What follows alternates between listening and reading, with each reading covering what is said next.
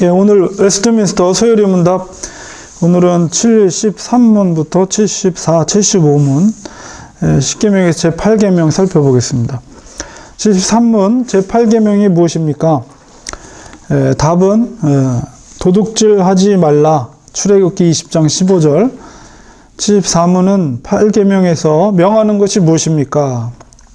8계명에서 명하는 것은 합법적인 방법대로 우리와 또한 남의 재물과 산업을 얻고 또 증진하게 하라는 것입니다.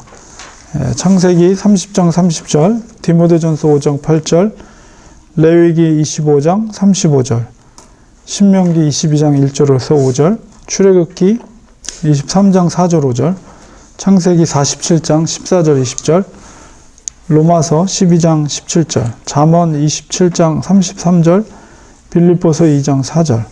여러 신구약 여러 말씀 속에서 8계명에 해당되는 내용에 대해서 이렇게 언급되고 있습니다. 75문은 8계명에서 금하고 있는 것이 무엇입니까? 정답은 우리와 남의 재물과 산업을 불이하게 방해하거나 혹은 방해될 만한 일들을 말합니다. 잠언서 21장 17절, 23장 20절에서 21절, 28장 19절, 에베소 4장 28절, 디모데전서 5장 8절. 우리 제8계명은 개인의 재산권에 대한 말씀입니다. 그래서 모든 사람은 합법적인 방법으로만 재산과 그 산업을 얻고 증진시켜야 합니다. 그리고 자신의 재산이나 혹은 남의 재산이나 그 산업을 부당하게 빼앗거나 혹은 또 낭비해서는 안 됩니다.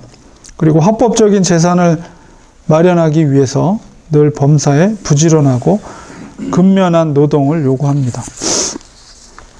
말씀을 살펴보면서 좀 더 구체적으로 보겠습니다.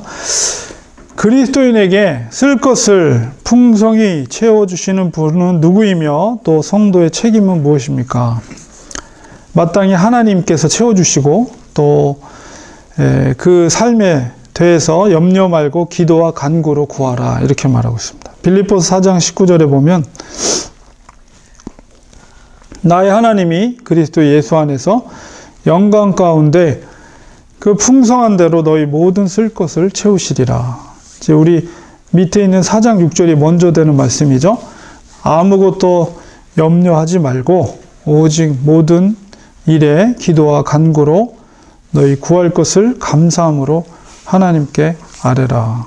제가 설교를 통해서도 말씀을 전해드린 것입니다. 그래서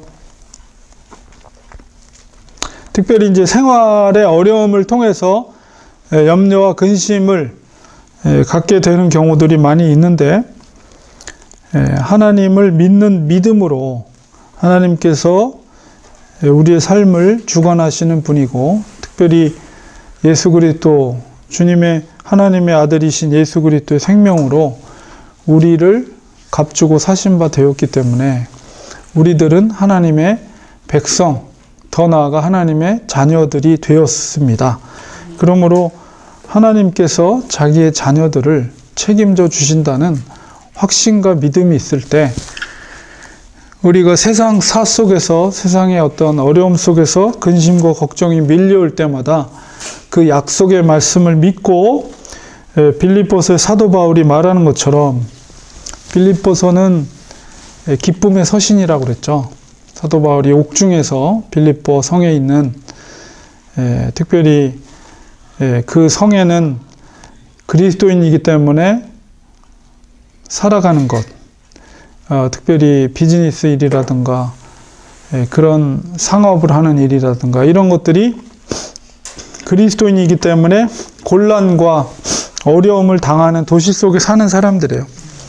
그 사람들에게 아무것도 염려하지 말고 오직 모든 일에 기도와 간구로 너희 구할 것을 감사함으로 하나님께 아뢰라. 사도 바울이 오히려 그들에게 말하고 있는 것이죠. 주 안에서 항상 기뻐하고 기뻐하라. 믿음이 있기 때문에, 약속의 말씀이 있기 때문에, 하나님이 우리의 아버지 되시기 때문에 그 믿음이 있을 때 하나님께서 채워주신다는 확신과 믿음을 가지고 염려하지 말 것을, 그리고 오히려 그 상황 가운데 있을지라도 염려하지 말고 기도하라. 그럴 때 기도하고, 기도할 때 감사함으로 하나님께 기도하라. 이렇게 말하고 있습니다. 가룟 유다의 중대 범죄는 무엇입니까? 그것은 맡긴 돈을 훔쳐감입니다. 특별히 요한복음 12장 4절 6절에 읽어보면 여인이 향유를 깨서 주님의 발 앞에 부을 때 그것을 보고 제자 중에 하나로서 예수를 잡아줄 가룟 유다가 그 예수 공동체 안에서 그 회계 역할을 한 사람이, 돈을 관리하던 사람이었어요. 그래서 이제 그 여인을 보고 말하는 거죠.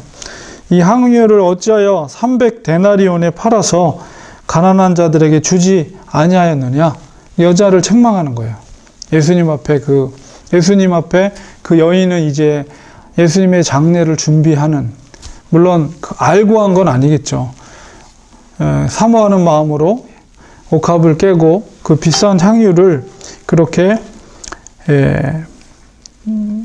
드린 것인데, 유다는 굉장히 자기가 무슨 선행을 베풀 것처럼 그 여인을 나무랬지만 그 중심에는 뭐가 있었냐면, 이렇게 말하면 가난한 자들을 생각함이 아니요 저는 도적이라 돈 괴를 막고 거기 넣는 것을 훔쳐가미러라. 그러니까 몰래 제자들 몰래, 예수님 몰래 돈을 빼돌린 거죠. 자기의 욕심을 채우기 위해서. 그래서 도적이라 이렇게 사도 요한은 그들을 평가하고 있습니다. 세 번째로, 어떤 사람이 하나님의 것을 도적질한 사람입니까? 말라기서 3장 8절 9절에 이제 하나님의 십계명 또 헌물을 얘기하고 있어요. 사람이 어찌 하나님의 것을 도둑질하겠느냐? 어떻게 하나님의 것을 도둑질할 수 있겠어요? 이제 말라기 선지자는 말합니다. 그러나 너희는 나의 것을 도둑질하고 또 말하기를 우리가 어떻게 주의 것을 도둑질하였나이까 하도다. 이는 곧 11조와 헌물이라. 너희 곧 온 나라가 나의 것을 도둑질하였으므로 너희가 저주를 받았느니라. 이 얘기는 뭐냐면 구약 율법 가운데 혹은 하나님께서 그들에게 요구했던, 하나님께 마땅히 드려야 할 것들에 대해서 드리지 않았던 거죠. 드리지 않은 이유는 그 중심에는 하나님을 경외하는 마음이 없었기 때문에 그런 거죠. 그것에 대해서 이제 말라기 선지자는 하나님의 것을 도둑질했다 이렇게 표현하고 있습니다. 그래서 그 중심 가운데 하나님을 사모하는 마음이 있다면, 그리고 하나님의 주권을 인정한다면 마땅히 하나님의 것을, 하나님이 요구하신 것을 기쁨으로 드리는 것이 성도이고 하나님의 선택한 선민이다. 그런데 너희들은, 유다 민족은 너희들이 하나님을 경외하는 마음이 떠났기 때문에 하나님께 마땅히 드려야 할 바를 드리지 아니함으로 인해 하나님 앞에 하나님의 것을 도둑질했다 이렇게 표현하고 있습니다. 네 번째로, 불의로 재물을 모아 부자가 된 사람의 결국은 무엇입니까? 이 가룟 유다도 그렇고 이 유다, 우상을 섬기는, 하나님을 떠나서 우상을 섬겼던 이들이 결국은 하나님 아닌 다른 것, 그러니까 우상을 섬긴다는 것은 그 당시에 바알이라든가 아스타롯, 풍요의 신들이거든요. 다. 그것은 뭐냐면 그 신을 사랑하는 것이 아니라 그 신을 통해서, 신을 이용해서 자기의 부를 축적하려는 그런 것이죠. 그러므로 그것들은 불의로 재물을 축적하는 결과라고 볼 수가 있습니다. 그런데 성경은 그 불의로 재물을 축적한 부자들에 대해서 결국 어떻게 되는가? 에레미야 선지자는 뭐라고 말하냐면 17장 11절에서 불의로 치부하는 자는 자고새가 낳지 아니한 알을 품은 같아서 그 중년에 그것이 떠나겠고 필경은 어리석은 자가 되리라. 이 자고새를 비유하고 있는데, 이 자고새는 어떤 새냐면 모양은 이제 꿩과에 속한데 크기는 이제 모양은 그 메추라기처럼 생겼지만 약간 좀 메추라기보다는 크고요. 잘 날지 못하는, 메추라기처럼 잘 날지 못하는 새인데, 이 새의 습성은 뭐냐면 남의 알을 훔쳐온대요. 남의 알을 몰래 훔쳐와가지고 그거를 자기 알처럼 품어서 부화를 시킨다고 합니다. 근데 결과적으로는 그 부화된 새가 날 때가 되면 떠난다는 거죠. 자기 부모를 떠나버린다. 그러니까 그거를 비유로 해서 남의 것을 훔쳐서 부를 축적한 사람은 결국 때가 되면 그게 다 날아가 버린다는 거예요. 없어진다는 거예요. 그거를 이제 예레미야 선지자가 자고새를 비유해서 불의로 치부하는 것에 대해서 결국은 다 그것들이 너희들로부터 다 사라지게 될 것이다. 이렇게 경고를 하고 있는 거죠. 우리가 불의로 부를 축적하게 되면 그렇게 됩니다. 끝까지 죽을 때까지 그 부가 축적되어 있다. 그것을 여러분 불효하거나 말씀이랑 잘못된 거 아닌가 이렇게 생각될지 모르지만 그의 죽음은 어떻게 되겠어요? 하나님과는 아무 관계도 없는 삶이 되고 최종적으로 하나님 앞에 심판을 받게 됩니다. 그러니까 하나님의 말씀대로 불의로 재물을 모으는 것은 그거는 불나방이 불로 달려 들어가는 거나 마찬가지예요. 다섯 번째, 정당한 수단과 방법으로 재물을 얻는 것은 구체적으로 무슨 뜻입니까? 오직 수고하고 애써서 노동의 의무를 다해서 남에게 누를 끼치지 말게 할 것을 의미합니다.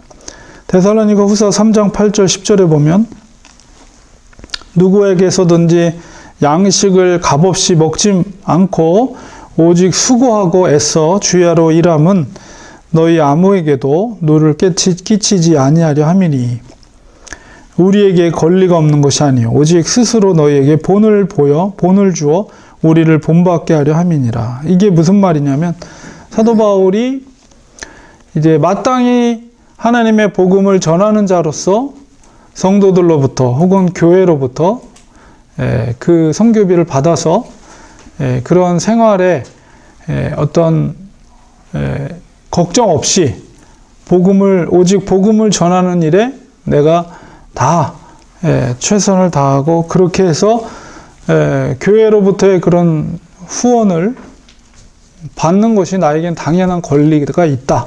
그럼에도 불구하고 내가 때로는 천막을 치는 일로 스스로 돈을 벌어서 너희들에게 그것을 받는 것을 누를 끼치지 않기 위해서 내가 권리가 있음에도 불구하고 이렇게 너희들에게 본을 보였다. 그것은 뭐냐면 너희들도 최선을 다해서 너의 삶과 또한 노동의 그 의무를 다할 것을 본을 보인 것이다. 이 얘기를 하는 거죠. 그러면서 이제 우리가 너희와 함께 있을 때에도 너희에게 명하기를 누구든지 일하기 싫어하거든 먹지도 말라 하게 하였더니 또 이 말씀은 단순하게 일을 안 하는 것이 아니라 이 데살로니가 전서에서 사도 바울이 데살로니 성도들을 향해서 강조했던 바가 뭐냐면 데살로니가 지역이 어느 지역보다도 고난이 핍박이 많았고 그래서 사도 바울이 피신했잖아요. 그 밑으로 그 고린도 쪽으로 그 아데네 쪽으로 피신을 했죠. 그 지역이 그만큼 핍박이 심했던 지역이에요. 그래서 데살로니가 전서에서 사도 바울이 강조했던 바가 예수님의 재림에 대해서 강조를 하거든요. 그러니까 데살로니가 전서는 재림의 서신이다. 이렇게 평할 정도로 재림에 대해서 왜냐하면 고난 가운데 있는 성도들에게 재림을 통해서 너희들이 소망을 가져라. 그 고난을 예수 그리스도를 바라보며 극복해 나가라. 이제 그걸 강조했는데 그거를 받아들인 그 읽은 성도들 중에 오해하고 잘못된 재림의 신앙을 가졌던 사람들이 있었어요. 일종의 이제 시한부적인 재림관을 갖고 뭐 더 이상 일하는 게 뭐가 필요하냐. 그 시한부 종말론자들이 주장하는 바가 그러잖아요. 자기 재산 그거 해서 뭐하냐. 돈 벌어서 뭐하냐. 이제 주님이 곧 오시는데 다 팔아서 이제 공동체 생활하고 흰 옷 입고 주님 올 거 기다리자. 뭐 이런 사람들이 제 시한부 종말론자들이잖아요. 그러니까 그런 식으로 잘못된 재림 생각을 갖게 된 사람들이 있어서 일을 안 하는 거예요. 그것에 대해서 사도 바울이 고린도 데살로니가 후서에서 다시 그 잘못된 생각, 잘못된 재림관을 갖고 있는 사람들에게 꾸짖으면서 얘기를 하는 거예요. 너희들이 일하기 싫어하고도 먹지도 말라. 내가 얘기했던 재림이 그런 것이 아니다. 그러니까 우리가 스피노자가 그랬죠. 내일 지구의 종말이 와도 나는 오늘 사과나무를 심겠다. 그게 바로 올바른 그리스도인이 가져야 될 마음이에요. 당장 내일 주님이 오시더라도 그리스도인은 그날 주어진 일에 최선을 다해야 되는, 최선을 다해서 살아가는 거예요. 바로 사도 바울이 이야기한 거예요. 데살로니가 후서를 통해서 그들에게 올바른 재림관을 얘기하면서 그렇게 일하지 않는 자들에 대해서 꾸짖으면서 최선을 다해라. 당장 내일 주님이 재림하시더라도 너희들은 너에게 주어진 그 오늘 하루 일에 최선을 다하고 너의 일할 바를 최선을 다해 성실하게 감당하라라는 것을 이야기하고 있는 겁니다. 그래서 노동이라는 것은 하나님께서 아담에게 무슨 저주로 준 게 아니에요. 노동의 의미는 굉장히 신성한 겁니다. 그래서 항상 켈빈도 개혁주의 전통은 항상 이 보케이션이라고 그랬죠. 직업이라는 영어가 보케이션, 콜링, 보컬이라는 것은 부르다. 이게 이 소명의식이 있는 거예요. 뭐 어떤 직업이든, 뭐 목사님만 소명의식이 아니라 사명감. 어떤 직업이든, 그 캘비니즘은 그거예요. 직업에 귀천이 없고, 뭐 어떤 직업이든 그것은 하나님의 콜링이다. 하나님이 사명을 주신 거다. 그래서 자기가 맡은 직업에 있어서 그것을 통해 하나님의 영광을 올리고 하나님 나라를 확장하는 그런 마음을 갖는 것이 캘비니즘, 개혁주의, 장로교인들이 가진, 그러니까는 개혁주의 성도들이 가진 신앙관, 직업관이다. 이거를 얘기하거든요. 그러니까 이제 사도 바울의 이런 가르침들이 다 공통적인 맥을 이루는 것입니다. 그래서 우리는 어떤 직업을 갖던 그 직업을 통해서 하나님 앞에 영광을 올려드리는 거예요. 꼭 무슨 전도사인 목사님만이 하나님의 영광을 올려드리는 것이 아니라 모든 어떤 영역 속에 있던 어떤 직업을 하든 심지어 화장실 청소를 하거나 거리의 청소부라도 하나님이 주신 보케이션, 하나님이 주신 직업이다. 이런 생각을 가지고 단순하게 돈을 벌기 위한 목적이 아니라 하나님의 나라의 확장을 위해서 내가 이 직업에 부름을 받았다. 이런 사명을 가지고 노동을 해야 되는 것이죠. 그러니까 노동의 가치는 신성한 겁니다. 그래서 여섯 번째, 제8계명을 어긴 사람은 이제 어떻게 행동해야 합니까? 에베소서 4장 28절에 도적질하는 자는 다시 도적질하지 말고, 회개죠, 회개. 돌이켜서 빈궁한 자에게 구제할 것이 있기 위하여 제 손으로 수고하여 선한 일을 하라. 가장 대표적인 사례가 삭개오예요, 삭개오. 그가 도적질을 해서 돈을 벌었잖아요. 고리대금. 그러니까는 필요 이상의 텍스를 걷어서 그것을 이윤을 자기 주머니에다 집어넣잖아요. 그래서 유대인들이 세리들, 그 당시 세리들은 무조건 죄인들이라고 아예 치부를 해버렸어요. 그래서 세리들과 만나고 세리들과 사귀는 것을 아주 금했죠. 예수님이 근데 세리의 친구들이 됐잖아요. 마태도 세리였잖아요. 그래서 삭개오를 만나고, 삭개오가 가장 대표적이죠. 자기의 재산의 절반을 가난한 자에 주고 자기가 토색한 것, 이제까지 부정한 방법으로 돈을 벌어들인 것에 대해서 그 사람들에게 율법에 정한 대로 4배로 다시 돌려주겠다. 그건 뭐냐면 자기의 재산 다 포기하겠다는 거예요. 그래서 바로 회개하고 선한 일로 선한 일을 하는 것, 이것이 어긴 자들이 해야 할 행동이라는 것, 이게 진정한 회개라는 것입니다. 가난하고 궁핍한 사람에 대한 성도의 의무는 무엇입니까? 갈라디아서 6장 9절 10절에 우리가 선을 행하되 낙심하지 말지니 피곤하지 아니하면 때가 이름에 거두리라. 낙심하지 말라는 거예요. 반드시 거두게 된다. 선한 일을 하는데 낙심하지 말고. 때로는 그런 일들이 굉장히 힘들 때가 있죠. 결과적으로 더 힘든 일들이 나에게 돌아올 때 낙심하고 피곤하게 되고 그러지 말라는 거예요. 이 말씀에는 때가 이름에 다시 거두게 될 것이다. 그러므로 우리는 기회가 있는 대로 모든 이에게 착한 일을 하되 더욱 믿음의 가정들에게 할지니라. 사도 바울이 갈라디아서를 통해서 이야기하고 있습니다. 사도행전 4장 35절에 사도들의 발 앞에 두매. 이거는 뭐냐? 유무상통이죠. 초대교회 유무상통. 유무상통이라는 것은 있는 사람도 없는 것처럼, 없는 사람도 있는 것처럼, 이게 유무상통. 그래서 초대교회 공동체는 바로 재산을 다 교회 앞에 이렇게 다 내고, 그래서 이 바울과 동역했던 누구죠? 바나바. 예, 바나바도 자기가 재산이 엄청 많았어요. 그 고향 땅에 있는 밭을 팔아서 그것을 교회 공동체에 다 바치죠. 그리고 이제 전도 여행자가 되는데, 그런 것처럼 초대교회 공동체는 사도들의 발 앞에 모든 것을 두고 저희가 각 사람의 필요를 따라서 나눠 주었다. 그러니까는 부유한 자도 자기의 물질을 내려놓는 것에 대해서 조금 더 꺼리낌이 없었고, 가난한 자들도 없는 가운데 그것을 받는 것에 대해서 전혀 꺼리끼지 않았다. 이건 정말 아름다운 사랑의 공동체였죠, 초대교회는. 그래서 서로 간에 돕는 일, 특히 믿음의 가정들을 돕는 일이 성도의 의무라는 것을 알게 됩니다.